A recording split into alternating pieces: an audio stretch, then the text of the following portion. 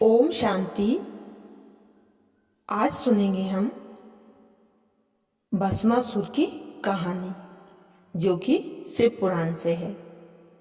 बाबा हमें इन्हीं कहानियों के द्वारा शिक्षाएं देते हैं। तो सुनेंगे आज ऐसी ही एक शिक्षाप्रद कहानी।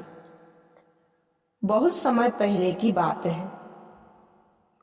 भस्मासुर नामक एक राक्षस था। उसने शिव की बहुत उपासना की। उसकी तपस्या से प्रसन्न होकर भोलेनाथ शिव ने उससे कुछ वर मांगने को कहा।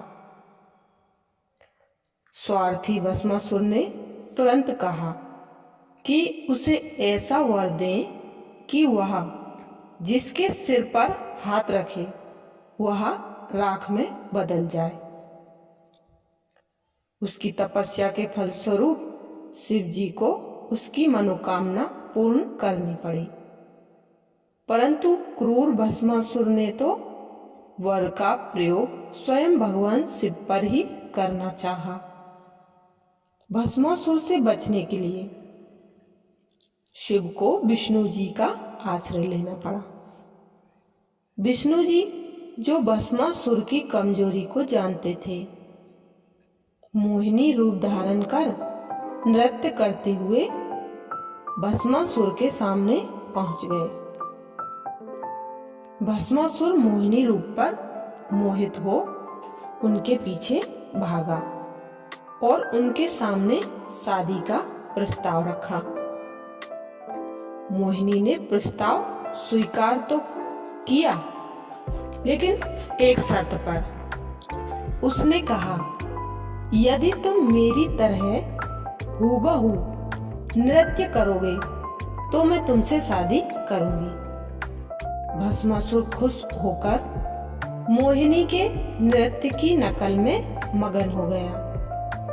नृत्य करते करते मोहिनी ने अपने दोनों हाथ अपने ही सिर पर रखने की नृत्य भंगिमा की। भस्मासुर जो नृत्य करने में मगन था, अपने तप और वर के बारे में भूल गया।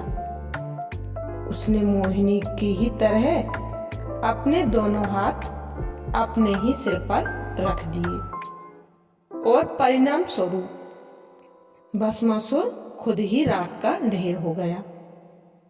अर्थात इस कहानी का आध्यात्मिक भाव है, राजयोग द्वारा हमें दिव्य शक्तियां प्राप्त होती हैं और भगवान से भी अनेक दुआएं मिलती हैं।